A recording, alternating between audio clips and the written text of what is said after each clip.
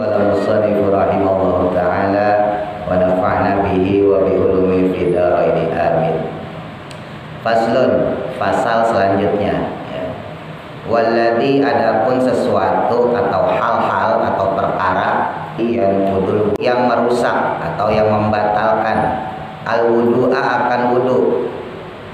Perkara yang merusak atau membatalkan wudu itu sitatu asya'a, ada 6 perkara. Jadi ada 6 hal yang bisa membatalkan wudu ya. Nah, kita bahas satu-satu.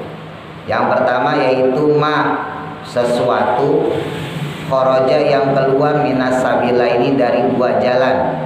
Maksudnya dari kubul dan dubur ya. Ingat ya, kubul jalan depan, dubur jalan belakang ya. Nah, kubul dan dubur yang keluar ini itu baik perkara yang suci maupun perkara yang najis ya. Baik yang umum keluar seperti kotoran, ya, tinja, atau yang gak umum keluar misalnya kerikil dan sebagainya.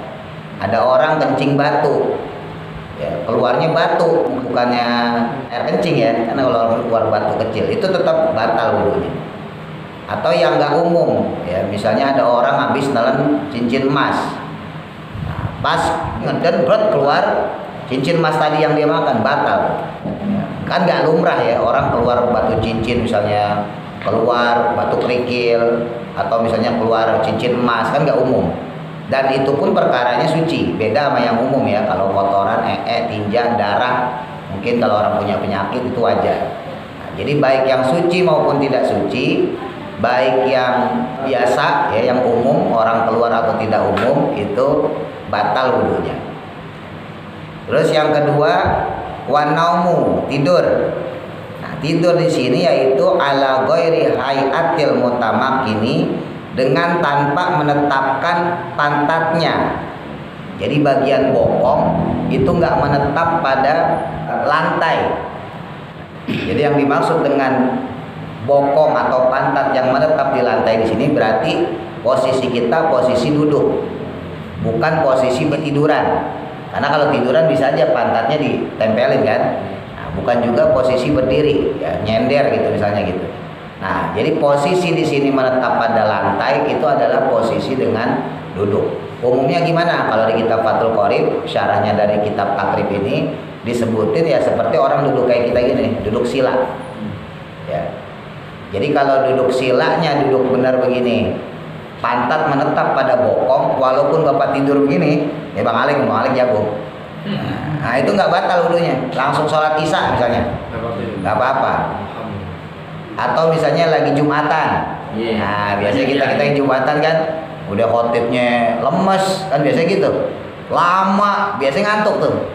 Nah, kalau posisi pantat masih menetap di lantai ya, bokong kita masih posisi gini, nah ini kagak batal. Tapi kalau udah naik aja, naik satu aja, kiri aja naik gini, atau naik kanan aja, atau dua-duanya. Kadang ada orang yang tidurnya begini nih, batal di posisi ini. Kenapa? Dengkulnya udah dinaikin, berarti posisi pantatnya nggak nempel. Walaupun nggak kentut. Gitu. Kenapa? Karena waqa'us sati ainani faman nama falyatawaddo. Ya, jadi bahasa kita tuh ada ikatan antara mata sama lubang dubur. Kata Nabi kalau mata terbuka, lubang dubur tertutup. Kalau lubang dubur terbuka, mata tertutup. Jadi ada ikatan, ada benang antara mata sama lubang dubur kita.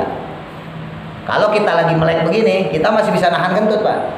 Tapi kalau kita lagi merem, coba aja tidur. Emang kita tahu kita kentut? Tanya sama bini kita tuh, kentut gak tadi Bapak? Apaan? Prat-prot. Gitu. Kenapa? Karena memang umumnya begitu. Kalau mata sudah tertutup, maka lubang dubur terbuka. Jadi walaupun orang itu kondisinya dia tertidur, ya, walaupun kalau pakai kaidah tadi berarti matanya tertutup ya, cuman karena pantatnya menetap pada lantai, bokongnya menetap pada lantai, maka kemungkinan untuk duburnya terbuka kecil sekali, walaupun matanya menutup. Oleh karena itu hati-hati ya, kadang-kadang kita pas lagi sholat misalnya gitu, Jumatan misalnya gitu, atau apalah, lagi ngaji misalnya kita ngantuk dimanapun, atau mungkin yang biasa tahajud, biasa witir, kadang-kadang kita nggak sengaja tuh, habis sholat tahajud malam, habis sholat witir, zikir, kepulesan tuh. Nah, kalau posisinya masih tegak lurus begini, cuman kepala doang yang begini, ketiduran gak ada masalah.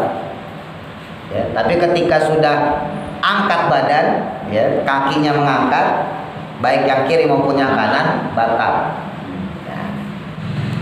Terus yang ketiga yaitu wazawalul akli, hilangnya akal, bisukrin karena mabuk, au marodin atau karena sakit. Sakit di sini bisa karena ayan, pingsan, ya. Jadi hilang akal kalau dia dalam keadaan mabuk atau dalam keadaan sakit. Sakit contohnya tadi saya sampaikan misalnya ayan. Nah, orang ayan dia punya wudhu, tiba-tiba ayannya kumat, ya, atau gilanya kumat-kumatan, habis wudhu batal wudhunya, ya, walaupun dia nggak ngapa-ngapain, cuman hilang kesadaran doang. Nah, hilang kesadarannya itu menyebabkan dia batal wudhu.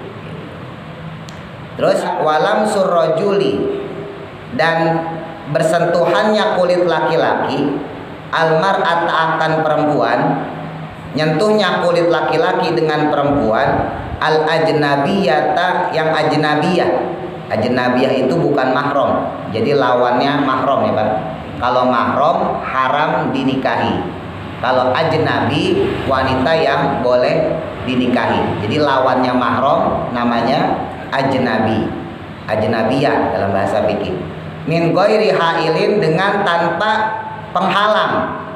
Nah, selanjutnya yang membatalkan daripada wudhu yaitu bersentuhan atau bertemunya kulit antara laki-laki dengan yang bukan mahramnya. Tentunya di sini dalam artian lawan jenis ya, yang mana tanpa penghalang. Kalau bertemunya dengan yang mahram maka nggak batal. Diingatin dulu ya definisinya. Mahram itu ada yang mahram bin nikah, ada yang mahram bin nasab. Dulu udah pernah saya jelasin, ya saya ulang lagi. Jadi mahram bin nikah itu karena status pernikahan yang suatu saat bisa putus.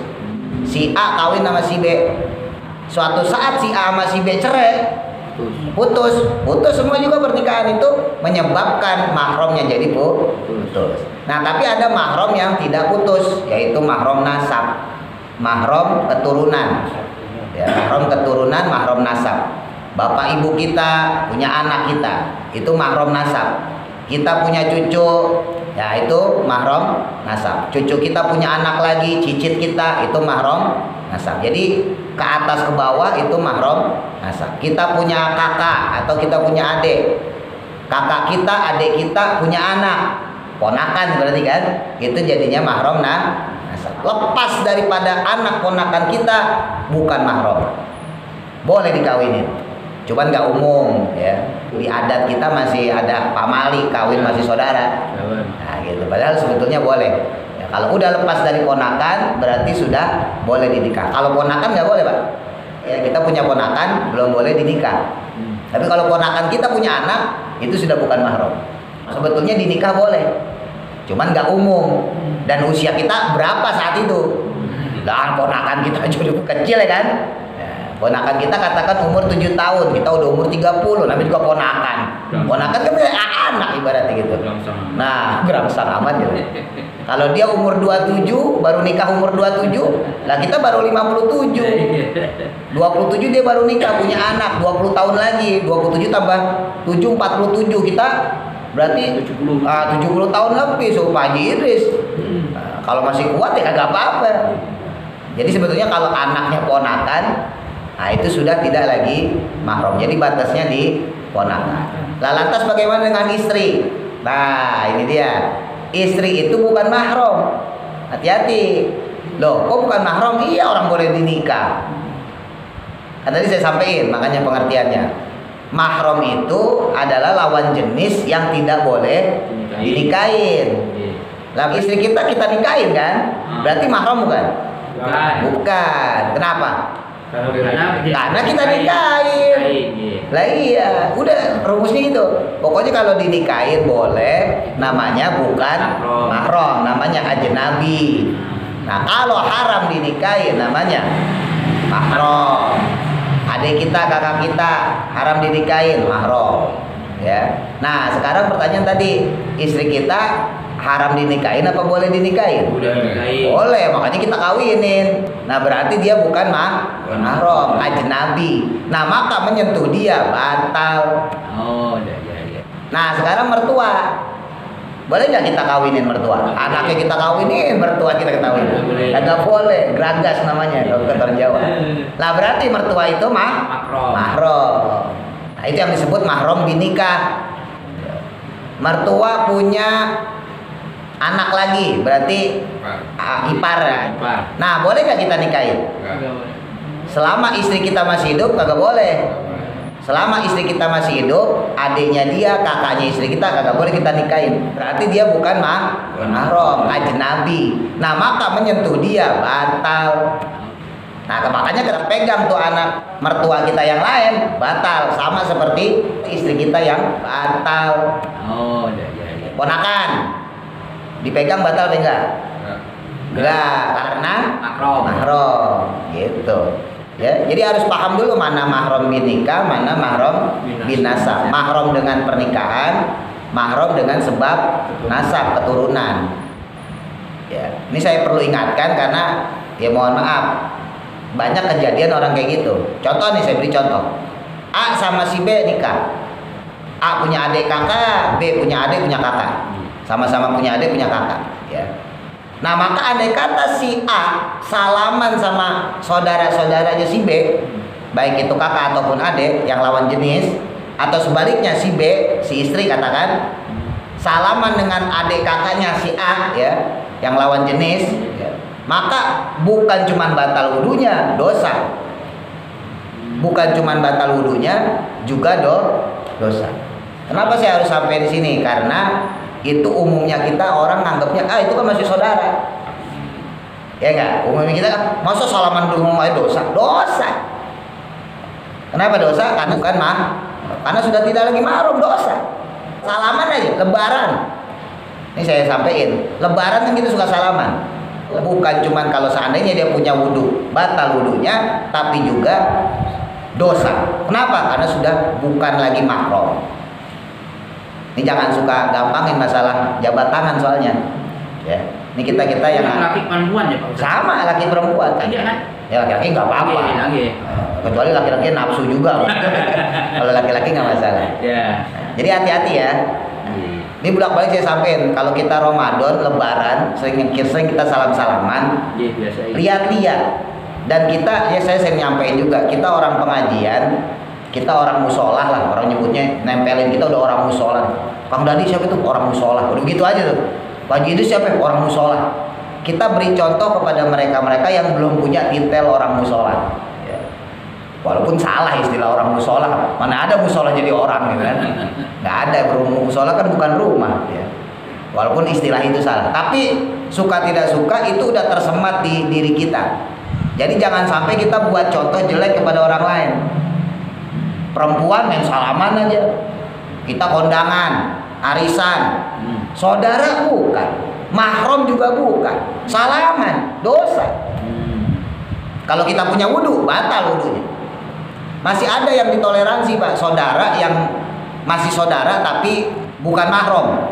Contoh tadi, anaknya ponakan. Kita udah tua, udah sepuh, kayak Pak Idris lah gitu ya, umur udah sepuh. Anak ponakan cakep banget. Umur 17 tahun, ABG, ya kan? Itu kan udah boleh dikawinin, udah boleh dikawinin, bukan mahram. Nah kita bersalaman sama dia, batal wudhu, tapi tidak dosa. Kenapa? Karena masih ada bau-baunya, kalau bahasa gampang kita. Aliran darah. Masih ada bau-bau aliran darah. Karena madhab Hanafi itu, kalau anak muda yang kecil nggak apa-apa, salim sama orang tua. Itu kalau madhab Syafi'i nggak boleh. Mau tua mau muda nggak boleh. Kalau madhab Hanafi boleh. Tapi kalau masalah wudhu batal. Ya, kalau masalah wudhu batal, bedain. Nah ini jangan disamain dengan kita punya saudara istri Ya, istri kita punya saudara, arti otomatis megang dia, bersentuhan dengan dia batal wudunya, haram juga, dosa. Terus gimana ya? Makanya tadi disampaikan kita yang udah dicap orang musola, orang pengajian orang apalah, yang penting jangan orang sawah aja. Harus bisa milih-milih. Kalau memang saudara jabat tangan gak apa-apa. Kalau bukan saudara begini aja udah. Sama siapapun. Jarak jauh lah. Jarak jauh, Bu, Mbak. Dibiasain, kita beri contoh kepada mereka. Karena mohon maaf sering saya sampaikan, kita yang udah ngerti agama aja masih ngelakuin. Ini boleh dinikahin, salaman. Itu orang nyontoh loh. Wah, Mas Gianto yang masuk musola aja masih salaman sama perempuan. Nah, yang nggak masuk musola dia tahu, oh berarti boleh. Berarti kan ngajarin bener apa ngajarin salah? Ngajarin salah. Ditiru sama dia ntar. Siapa aja salaman. Kok sampean salaman sih? Itu kan bukan mahram. Itu Mas Gianto yang masuk musola aja salaman. Jadi alasan akhirnya. Walaupun Mas Gianto kagak ngajarin dia, enggak ya, tapi kan bisa dilihat dari contoh kita. Saya Pak jujur aja, saya pribadi jujur, saya pengen banget nerapin mazhab Hanafi. Mazhab Hanafi itu kalau anak muda yang kecil nggak apa-apa, salim sama orang tua. Saya pengen sebetulnya kayak gitu. Kalau mazhab Syafi'i nggak boleh, mau tua mau muda kagak boleh. Kalau mazhab Hanafi boleh. Nah saya kan muda nih, lah jamaah saya kan banyak kan tua-tua semua, kayak Pak Haji Idris ya kan, banyak orang-orang tua semua tuh. Apalagi di RW 8 misalnya, yang perempuan kan banyak, yang janda-janda. Saya pengen sebetulnya cium tangan. Karena di mazhab Hanafi boleh, kalau mazhab Syafi'i nggak boleh. Mau tua mau muda kagak boleh. Di mazhab Hanafi boleh. Tapi tadi itu kalau saya terapin itu, ya, saya khawatir ntar orang punya pandangan, oh berarti bersentuhan antara laki-laki dan perempuan yang bukan mahram boleh. Itu konsekuensinya, Pak. Makanya jangan kira jadi ustadz kagak enak. Serba salah loh. Misalnya ya, kalau bapak-bapak yang tahu saya ustadz udah wajar. Nah sekarang kalau yang nggak tahu saya ustadz misalnya, ini ada ibu-ibu datang. Ibu-ibunya sepuh, umurnya 50. Nah saya masih 30-an. Ibu-ibunya 50, umur 60 lah. Dia nyulurin tangan. Maksudnya pengen salam sama saya. Nah saya kan tahu hukumnya, kagak boleh nih. Ini saya laki, ini perempuan, bukan mahram. Saya kagak mau. Terus saya tolak begini. Ini kalau pandangan orang, nah, songong banget anak muda. Iya. Dia nggak tahu dia usah. Nggak tahu karena umumnya orang cium tangan kan. Iya, umumnya orang cium tangan. Karena sama yang lebih tua. Nggak usah sama perempuan, sama laki-laki, sama Pak Haji Idris deh. Seharusnya saya cium tangan sama Pak Haji Idris. Saya cium tangan sama Pak Haji Kohar. Harusnya begitu. Cuma nanti kan orang nilainya lain. Kalau sayanya pengen, saya cium tangan misalnya sama Pak Haji Idris, saya cium tangan sama Pak Haji Kohar. Di saya bagus, tapi di orang lain. Kalau yang tahu saya, yang nggak tahu Pak Haji Kohar, yang tahu saya nggak tahu Pak Haji Idris, ini orang nih jamaah saya nih, dia nggak kenal sama Pak Haji Idris, dia nggak kenal sama Pak Haji Kohar. Ketika itu ngelihat saya cium tangan sama Pak Haji Idris, saya cium tangan sama Pak Haji Kohar. Orang lain ngelihat, yang jamaah saya, tuh orang songong banget. Yang dicap songong siapa? Pak Haji sama Pak Haji Idris. Orang dulu dia. Loh, kok Ustaz malah cium tangan songong tuh orang tuh begitu. Paham maksudnya ya? Itu dimensi sosial tuh begitu, suka nggak suka. Tapi sebetulnya saya pengen, ya sama kayak tadi kasus perempuan, ya nenek-nenek, pengennya saya cium tangan sama dia. Cuman itu nanti jadi pengajaran yang kurang bagus buat masyarakat. Kok perempuan sama laki-laki sentuhan? Padahal sentuhannya saya dalam rangka menghormati dia yang sepuh. Nah, bukan karena nafsu. Makanya di dalam mazhab Hanafi boleh. Mazhab Syafi'i kagak pengaruh, mau nafsu kagak nafsu batal. Ya, dosa. Kalau di mazhab Hanafi, kalau kagak nafsu kagak batal, kagak dosa. Itu yang membedakan. Makanya tadi balik lagi saya sampaikan. Nah ini kita harus contohin lah. Suka tidak suka kita harus contohin. Ya, kita ketemuan arisan, kita ketemuan di perjalanan, nah kita ketemu di kondangan. Jangan nyontohin yang kagak bagus. Ya, ini kadang-kadang ustadz juga sih rakus. Semua disalamin perempuan mama. Mentang-mentang istrinya jelek di rumah salah apa? Aduh. Tapi kalau kita pakai mazhab dua-duanya Syafi'i ya Hanafi. Lah ya itu dia Kak, itu dia tadi. Gimana? Ya tadi kita khawatirnya orang lain ngelihat. Iya kalau dia ngerti mazhab.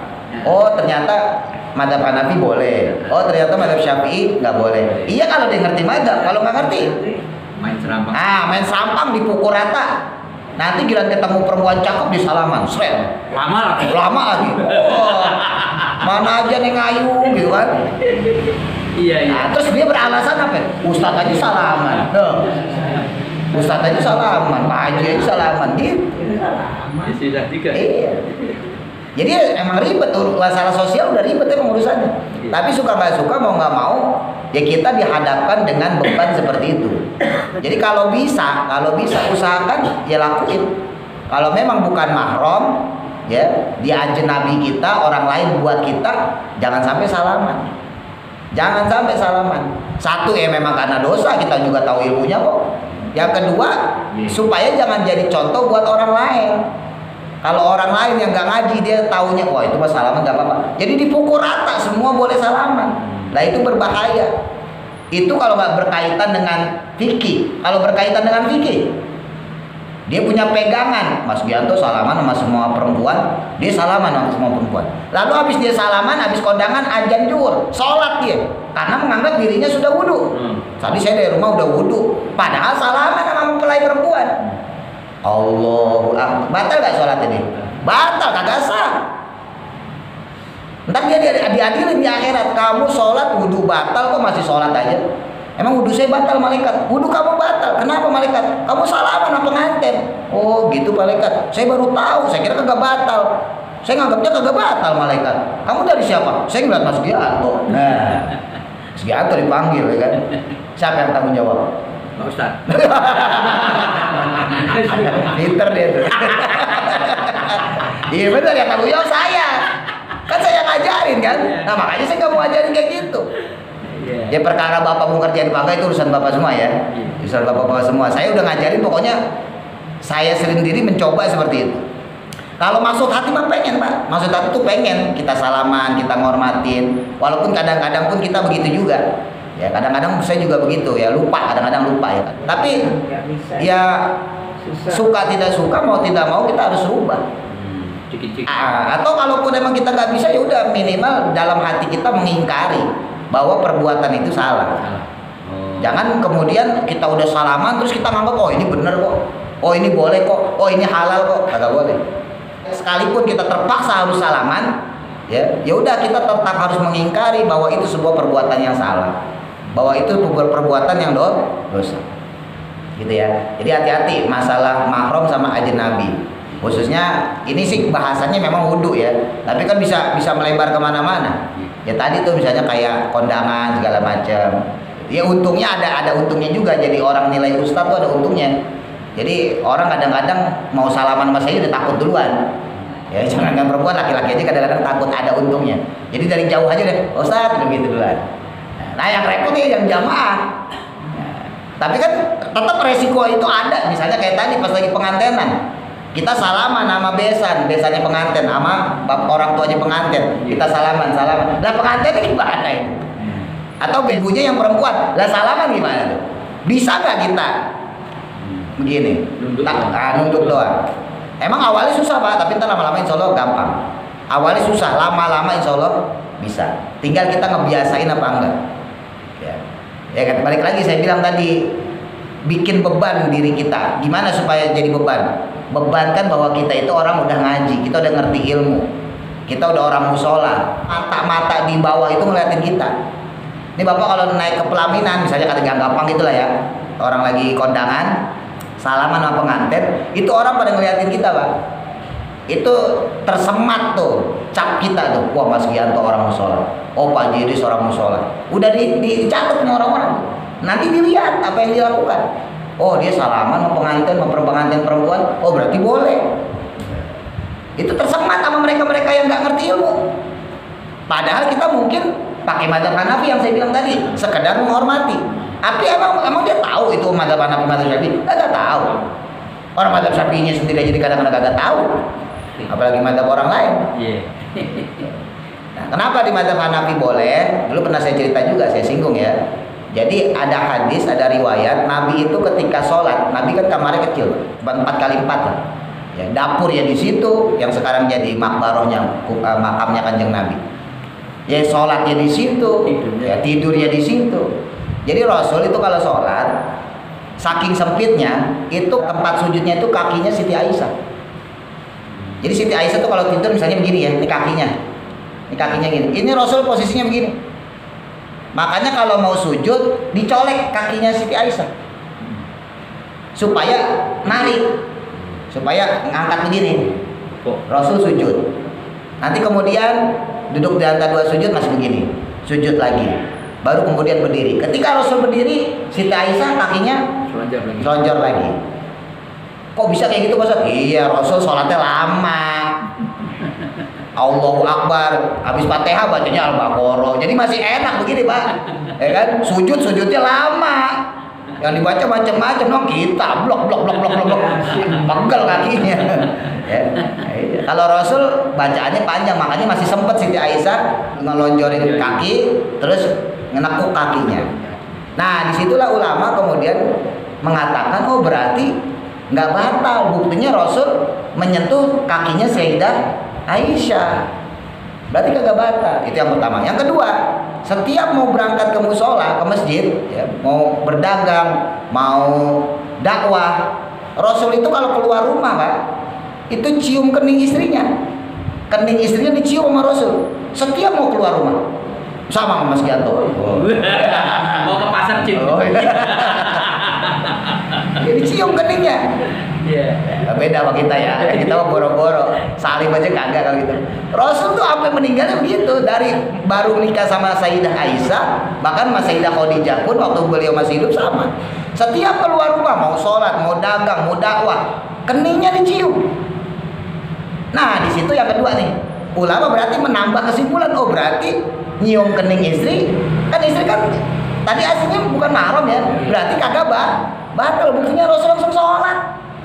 Berarti enggak. Iya, menurut mazhab Hanafi. Nah, saya bilang.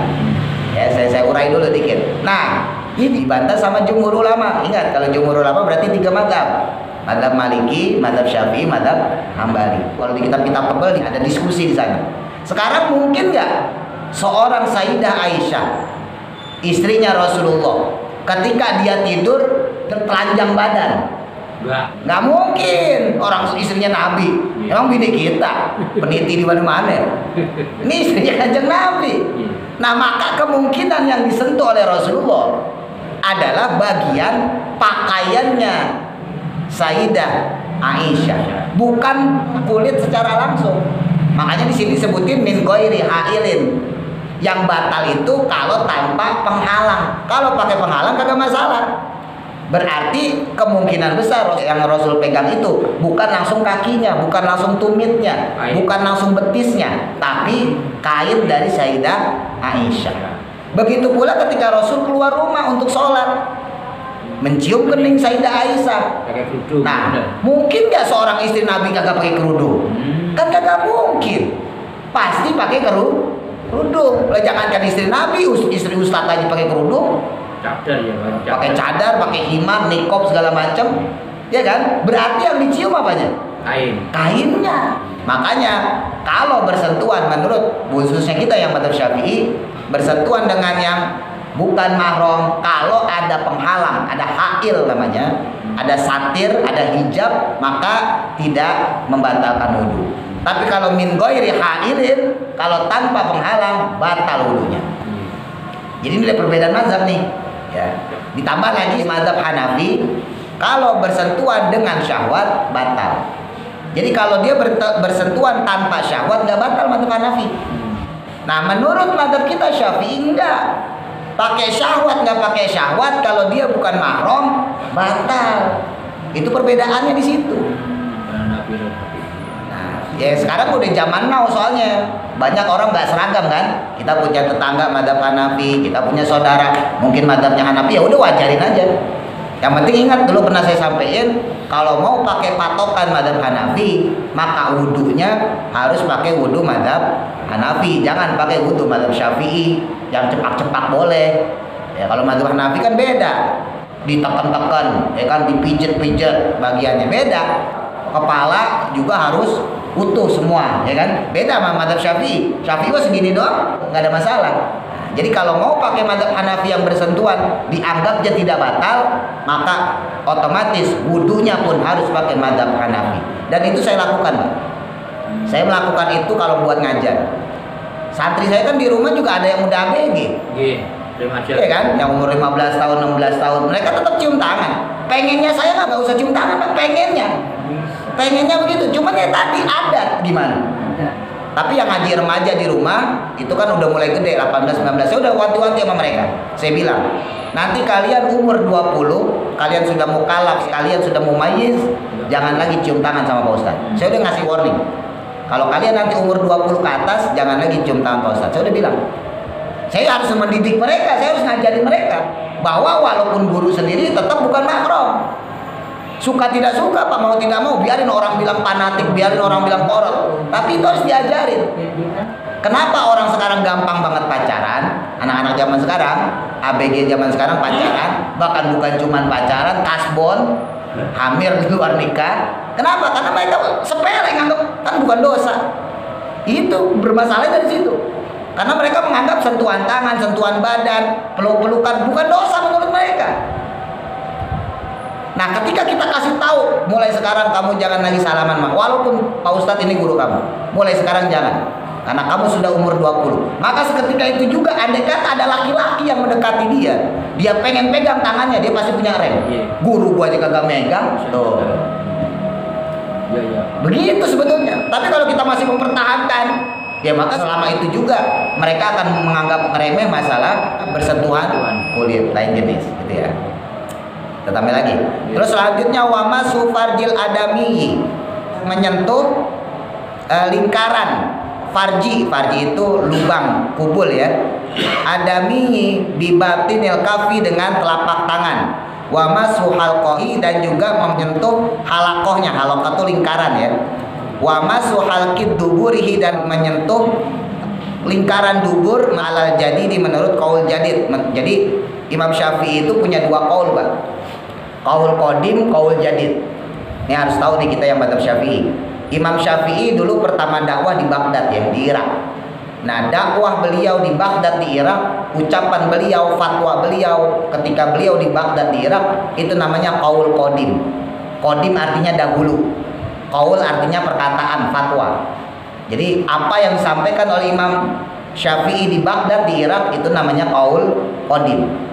Ya, qaul qadim, ucapan fatwa yang terdahulu. Singkat cerita, Imam Syafi'i punya masalah sama pemerintahan. Ya, difitnah segala macam, tetek bengek sampai pengen dibunuh. Karena Imam Hanafi di Baghdad di Irak, di penjara, dibunuh. Imam Syafi'i kemudian pindah ke Mesir. Beliau di sana jadi mufti juga, jadi ulama besar.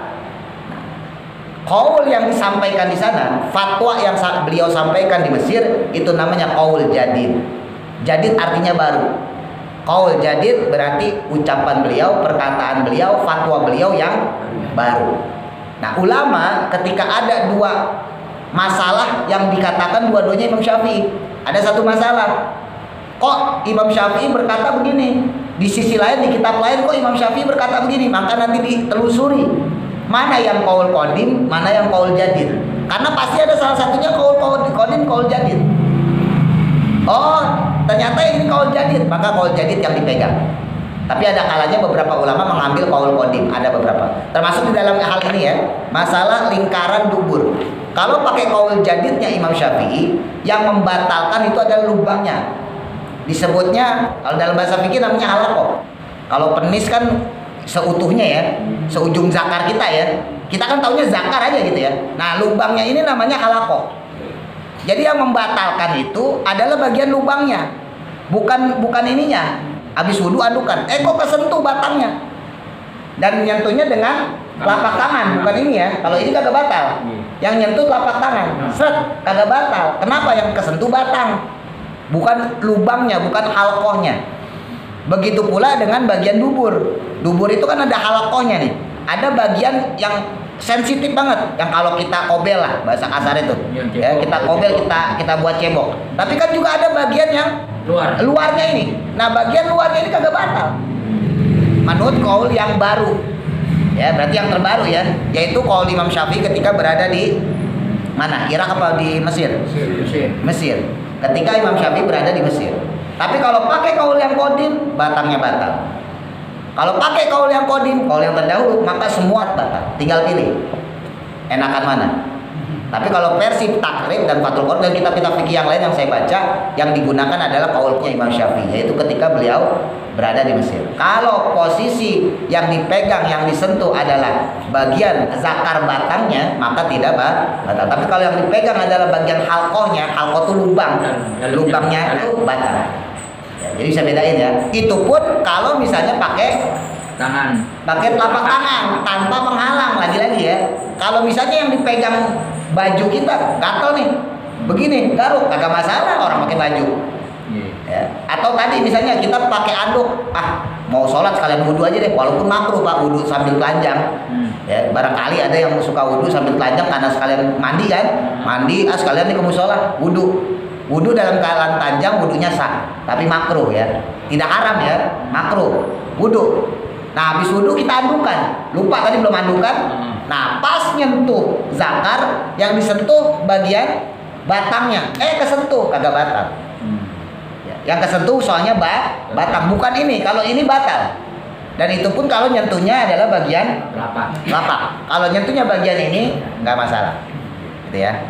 Sampai situ dulu. Wallahu a'lam. Mudah-mudahan manfaat. Al-Fatihah. Bismillahirrahmanirrahim.